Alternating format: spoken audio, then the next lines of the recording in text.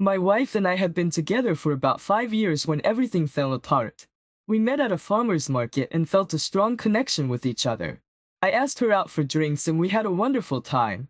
We ended up dating for about a year and a half before we got married. I never thought I would get married before I met her. She flipped a switch in my brain and I realized how great something like that could be. We had discussions about starting a family after we were married and we were both in agreement that we wanted children. After about 2 years of being married, we decided we wanted to start trying. Of course, at the beginning, we were just doing it the normal way without seeking any medical intervention or anything like that. My wife was monitoring her ovulation and making sure we were sleeping together at the prime times. However, nothing was really taking. After a while, we decided it would be best to speak to a fertility doctor. They worked with both of us to help us find the cause of our problems. I gave them a sperm sample and it turned out that I had some fertility issues. Long story short, I went for a physical and was diagnosed with celiac disease, which has a major effect on sperm motility. There was a chance that after I switched to a gluten-free diet for celiac that I could bounce back from it. It wasn't the complete end of the story for me fathering my own children. However, my wife seemed impatient. I understood why she would be. She was in her 30s and she wanted to have 3 children, so she needed to start soon. The longer it was put off, the more risk there would be in each pregnancy. We talked about our options. There was IVF with a sperm donor, adoption, and freezing her eggs. They were all very expensive. Some time went by and I had been on my new diet for a few months, feeling great, and my wife wanted to start trying again. I don't quite think she understood how everything would work for me. I didn't think it was going to be such a quick fix after changing my diet like she did. But lo and behold, after a few months of trying, she got pregnant. It was very exciting for both of us. She found out she was pregnant later than she would have liked, but all that mattered was we were finally going to have a kid. During the pregnancy, my wife was acting off. With how excited she was to get pregnant, I thought she would enjoy it. I knew that she was likely to have a lot of mood changes and things of that sort, but it almost felt like she couldn't stand being around me. Honestly, I thought she looked down on me because of the issues I had with getting her pregnant. I hated feeling that way, but that could have also just been some of my own insecurities. I noticed that she was getting a lot of phone calls that she was being very secretive about. I would be in my office and hear her whispering with someone on the phone. She would be texting with her phone obviously facing away from me, and she would step away from me sometimes when she would take calls. It started rubbing me the wrong way, but I didn't say anything about it. One afternoon, I was sitting on the couch next to her when she left her phone behind before going to the bathroom. Ever since she had been pregnant, she took a lot longer in the bathroom than she normally did. So I knew I would have a couple of minutes to look through it. My curiosity had really gotten the better of me. When I looked through her phone, I found a conversation between her and another man about her pregnancy.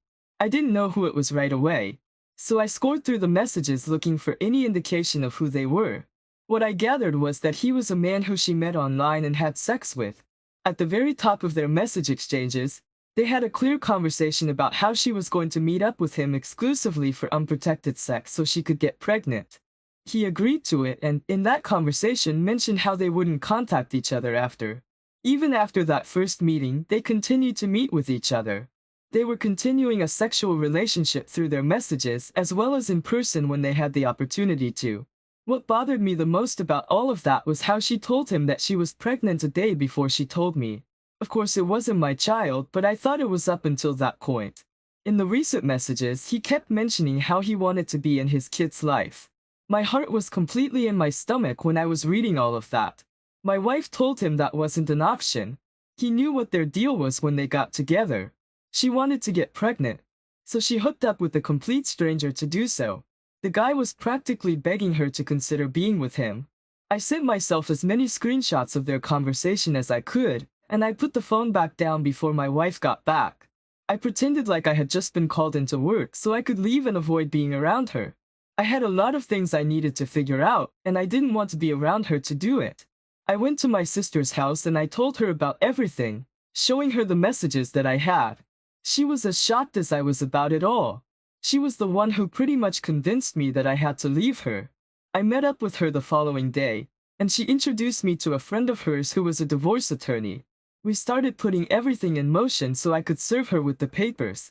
I didn't know anything about the guy she cheated on me with, so I tried to do some digging to find out who he was. He knew that she was married when they hooked up, and I just thought that was disgusting. I found out that he was the owner of a small home renovation company. He mostly serviced local houses, but it seemed like his business was really picking up. After everything was settled with the attorney, I went to my wife and I brought her the papers. She was shocked to see what I was doing. I told her that I didn't want to be with the cheater, and she understood that I found out what happened. She tried to make it seem like it was my fault that she cheated. She tried to make it seem like it was my fault that I had a disease that affected my ability to conceive a child. She made it seem like I forced her hand into cheating. I didn't want to hear any of it, so I just ignored her lame excuses and told her that I would see her in court. As for the man she slept with, I decided that I was going to ruin his business. I left reviews on all of the social media pages planning what happened. Everybody always looks at the one-star reviews when they're looking at them. I knew that I would get their attention. He countered by getting some of them removed, but I kept putting them up. I hoped that it would lose him a fair amount of business if husbands saw my review about how he knowingly slept with a married woman and got her pregnant. They likely wouldn't want to work with him. My wife and I got divorced, and I found out through the grapevine that she and the other man ended up trying to be together. However, they did not work out. She had to move out of the house that we lived in together because she couldn't afford it on her own. And she had to have joint custody of her kid with a virtual stranger to her. I feel bad for the child. No kid should be born into the world with two parents who don't love each other. I know they're probably going to have a lot of issues growing up. And in some ways, I wish I never found out about this so I could have been there for them. But I'm glad that I got out before I was involved in their life anyway. OP, the fact that your wife tried to blame you for her cheating because of your health issues is horrible. She was just trying to come up with an excuse to make herself look like the victim in all of it when she wasn't. Cheating is awful as it is. But cheating on your husband to get pregnant by a stranger is ridiculous. Just from a genetic standpoint alone, you know almost nothing about that person. You wouldn't know what health issues their family has, mental health issues, nothing. That's something that you should consider before having a child, regardless of who it's with. That's why most people, when they choose to bring a child into the world, do it with somebody that they know and trust. I think it's ironic that they didn't work out when they tried to be together. They clearly didn't know much about each other when they hooked up the first time, and now they're tied together for the rest of their lives. I do really hope that they can at least be cordial with each other for the child's sake. It is a real shame that they're going to have to grow up seeing that as an example of a relationship. Now for our next story. My girlfriend and I have been dating for about 9 months when the lockdown first started during the pandemic. She and I had been working in the same office building, and I would see her from time to time. I always thought she was attractive, but it didn't go anywhere for a while because I was in a relationship. When I broke things off with my ex, I decided to talk to my girlfriend. We hit it off right away and we started dating each other. Things got pretty serious with us pretty quickly. We had actually been planning on moving in together when the lease was up for her apartment. She had moved to our city for work and found a room available through some Facebook housing group. She moved in with 2 people that she didn't know very well, but after some time became friends. They were an engaged couple, let's call them Jack and Jane. They were renting out a spare bedroom in their house for extra income. I met them a few times and they were really nice. They seemed to be really in love and they were fun to hang around with. My girlfriend would invite me over from time to time and we would have game nights, cookouts, and things like that. I was also living with roommates at the time, so real privacy was difficult for my girlfriend and me to come by. We were both looking forward to our leases expiring so we could look for an apartment together. When the pandemic first happened, things were very difficult with our relationship. My girlfriend was asthmatic and I worked in healthcare at the time, so being together in person wasn't safe. She was very high risk and I dealt with a lot of exposure on a daily basis. Our relationship was mostly virtual for the first 6 months of the pandemic. I actually ended up taking vacation time to quarantine so I could see her on her birthday. When her lease renewal came up, we discussed a few ways we could be extra safe about exposure so we could live together. We figured it out and found a nice apartment together. Even though she was trying to minimize her exposure to the outside world, she would still visit her old house from time to hang out with Jack and Jane. During the 6 months where she was completely isolated with them, they had grown very close, even more than they were before the pandemic. She was visiting them more often, and it felt like our relationship was reverting back to how it was before she moved in with me. I wanted to spend time with her and show her that I loved her. So I was frustrated with her absence at home. I asked her about it one day when she came home from Jack and Jane's late. She told me that she missed living with them and that was why she was there. I was upset hearing that because I thought she would be happier about living with me. She assured me that she wasn't unhappy living with me. It was just that she had grown very close with her friends and missed them now that they were apart. They had all gotten used to being with each other on a daily basis and it was an adjustment for her. At the same time that was happening, we stopped being intimate with each other. As I mentioned above, we spent a lot of time apart at the beginning of the pandemic. I thought that when we got back together things would be exciting for us. I was wrong. My girlfriend tried to make it seem like she didn't want to get too close to me because she was nervous about getting COVID. I understood that, but she wouldn't have been any more at risk of getting it through kissing me than she was sleeping next to me. I tried to explain it, but I didn't want to make it seem like I was trying to pressure her into anything.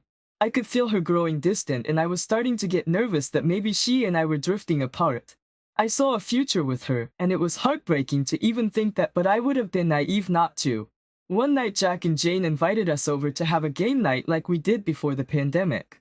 This was after the vaccines were out and everybody was feeling much safer, so we were all excited to get together again. Jane and I both had to work until the early evening, so we set a meeting time around 7. I ended up getting to leave my shift a little bit earlier than I originally planned. I went right home to my apartment to shower and change like I always did when I got off work. When I got there, my girlfriend wasn't home. After I got out of the shower, I texted her and asked her where she was. I waited for about 15 minutes and she didn't respond.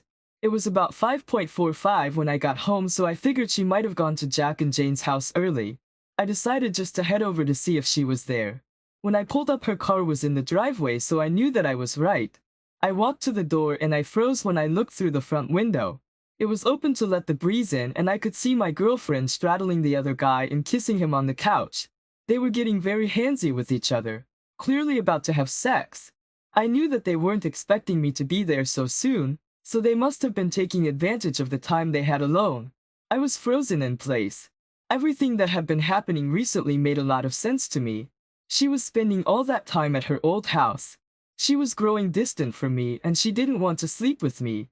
I figured whatever was happening between them must have been happening for a while. I took a couple of pictures before getting back in my car and leaving. I drove home and tried to figure out what I wanted to do about what I just saw. I wasn't going to be with my girlfriend anymore. She could move back in with the others if she wanted, for all I cared. When I got home, I sat down in front of my computer, and an idea hit me. I knew the 4-digit password to get onto my girlfriend's laptop, and I imagined her Facebook was probably still logged in. I went to it and looked through her messages with Jack. From what I could gather, their relationship started while she was still living with them. At the beginning of the pandemic, she was having trouble paying her rent when she was laid off from her job. She told me that she needed to talk to the couple about that because she was nervous she would lose the roof over her head. I remembered her telling me that they had agreed to let her stay and pay back rent in installments. From their messages, I could see that he reached out to her and told her that they could work something out between themselves. From there, they had a conversation about sleeping together and keeping everything discreet between them. He had a Nest Egg savings account that he would use to cover her portion of the rent so Jane didn't notice. He wouldn't lose money because her rent went into a joint account he and Jane shared. His partner never knew about what he was doing. I took a few screenshots of the messages and sent them to myself. While I was looking through her Facebook, I got a phone call from her. I lost track of the time completely and hadn't shown back up to their house for game night. I had no intention of going back anyway. She called me and asked me where I was, and I told her that I was about to call her because I had a horrible migraine and needed to stay home and unwind. She offered to come home and help me, but I told her I just needed to be alone in the dark. So she said she would stay and play some games with them, then come home later. The following morning, I reviewed my lease agreement and realized that I might have a way out of living in the apartment. I contacted the landlord and I managed to get my name off the lease so I can move out officially. I was going to be leaving it all in my girlfriend's name. After I was finished with that, I reached out to Jane and asked her if we could meet up, because I had something important to tell her about her partner. She was really suspicious, but I asked her not to say anything to him because it could cause a lot of problems. She met me at a park and I told her everything I knew. I showed her the pictures that I'd taken as well as some of the screenshots from my girlfriend's Facebook Messenger. She was heartbroken about everything. I comforted her for a while, and eventually we came up with a plan on how to confront them about it. There was a trend on social media at the time to have PowerPoint nights. It was a gathering where everybody would throw together a PowerPoint presentation about something weird they knew too much about. So we made a group chat with both of our partners and a few other mutual friends that we had. Everyone was really excited about the idea of it and said they'd be able to make it the following weekend. Over the week, my girlfriend was very excited about the presentation she was going to give. She put a lot of effort into her own. Admittedly, I didn't put half as much effort into my own because all it was going to be screenshots of her messages. The night finally came and everybody was gathered around the television in the living room. They were all expecting funny jokes and weird facts, but the title of my presentation was Quid Pro Quo Sexual Harassment, with a picture of my girlfriend straddling Jack. The surprised look on everybody's face when they saw it was priceless. Without paying much attention to their reactions, I continued the presentation. I explained what it was and I used the examples of some of the early messages sent between my girlfriend and Jack where they discussed having sex in exchange for rent. I was about halfway through the presentation when my girlfriend finally came to her senses and turned off the television. She started screaming at me about how I embarrassed her in front of everybody there. Jack and Jane were having an argument as well. My girlfriend was angry with me for going through her Facebook messages. Everybody else was just sitting there watching, sipping on their drinks with wide eyes. I told my girlfriend that I was moving out of the apartment and that the rent was going to be her sole responsibility. Then I forwarded her the new lease agreement that the landlord had sent to me. She started crying and saying that she couldn't afford it on her own. That wasn't my problem anymore. As it turned out, the girlfriend of the couple owned the house outright. She had inherited it from an uncle who passed away and her partner was living in it without being on any kind of agreement. She kicked him out of the house. We both left our partners and it was for the best in the end. My girlfriend and Jack ended up moving into my old apartment together. They stayed that way for about 6 months and when the lease was up they both left. From some of our mutual friends I learned that they had tried dating but it didn't work out. While they were dating, he was constantly messaging Jane and begging her to take him back. He kept telling her about how much he loved her and my ex-girlfriend wasn't too crazy about that. Opie, it sounds like your relationship had a lot of problems. I could tell from how you were talking about the relationship during the pandemic that you really cared for her. You even sacrificed spending time with her for her own health. It's a real shame that she did what she did. It sounds like she missed out on a great partner. It's very sleazy of Jack to have messaged her about the arrangement for rent, especially when he didn't even have his name on the house. He took advantage of being in a position of power over her and that's creepy. However, the fact that they continued their affair after she moved out makes me think that she was already interested in him. I'm glad that you were able to speak to his partner as well. Neither of you deserved to put up with the affair that was taking place and I'm glad you both got out. I think the PowerPoint presentation was a great idea. I can imagine everybody in the room was shocked when they realized what was happening. Thank you all for taking the time to listen to today's stories. If you enjoyed listening, please feel free to like and subscribe if you haven't already. Also comment below with your thoughts on what happened. If there is a story you would like to share with me about your own situation, or someone else's, then please do not hesitate to contact me. Take care.